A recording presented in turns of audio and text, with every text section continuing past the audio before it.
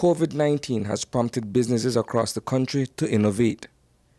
With the advent of the pandemic in 2020, there was a marked increase in the number of online platforms that offer a range of services, including live streaming. Arguably the first to introduce real-time video and audio coverage of a memorial service locally over the internet was Paulina's Funeral Home. The company has become synonymous with live streaming, as well as the full-on pageantry that comes along with burying the dead. They've dealt with numerous COVID-related funerals since the arrival of this highly infectious disease, but the past 2 weeks have been exceptionally challenging for everyone involved with the Parlor. Having to bury one of their own who passed away while expecting is heartrending. To know that she died of the dreaded virus is all the more difficult.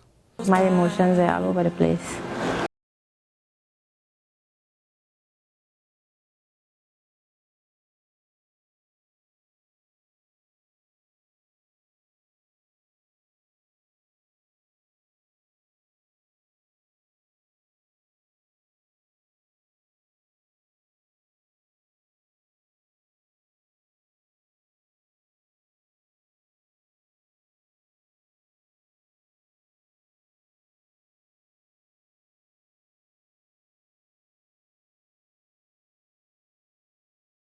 Nicole Baptist had an important role to play in the funeral business. As the face of the Paulinos, she interacted with grieving families, helping them choose from a variety of options. But Nicole's death meant her family had to use the same services they usually provided to others. In a tragic twist, her send-off became the ultimate advertisement for the company. Across town, the competition has been around much longer, but it has also been forced to put its best foot forward during these unprecedented times. Over at Koi's funeral parlor, a crematorium sits next door to a small chapel. It is ideal for a gathering of no more than 10 mourners. We have an indoor cremation machine. Everything is digitized and it's computerized. And right beside the cremation machine, we have a chapel.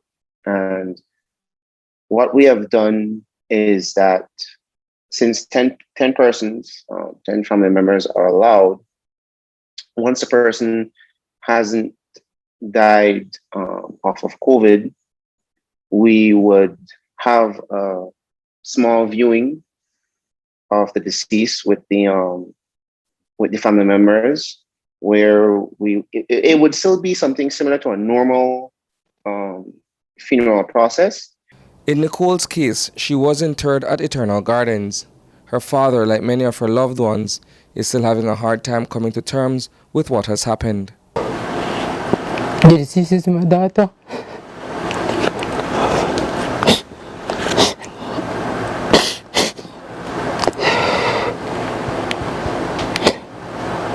Nicole Baptist.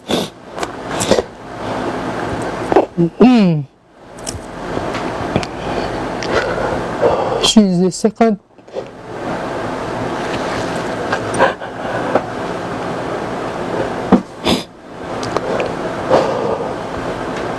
She's the second child for me, for my wife.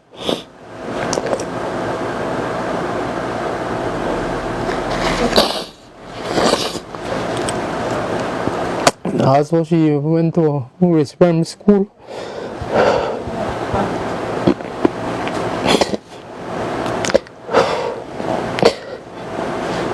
And from there into West College.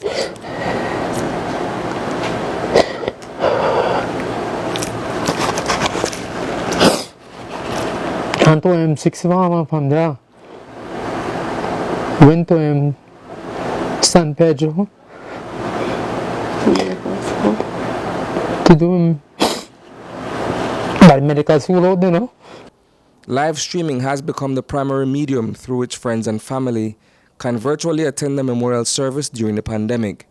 Because of strict regulations, the number of attendants has been limited considerably. In some ways, that is the only way people who wish to show their respect to the family can do that. We try to put obituaries on our Facebook page and have the family members share that with the friends and families, because most of the time, because of the changes, there would be a situation where someone had passed and that person wouldn't really have known, because everything is happening so fast. Milton Paulino is the owner of Paulino's Funeral Home. The deaths of his fiancée and unborn child are a test of his strength as a man. Yet he has been able to maintain his composure despite the insurmountable odds stacked against him. I'm not here to complain or to be sad, but instead I'm here to give thanks and praise to the forces that govern life, that made me cross path with such a powerful force like that of Nicole's. I want to thank God for giving me the chance of experiencing true love, and for that I will forever be grateful. The love that we share will be the perpetual fuel that will drive me through the passage of time.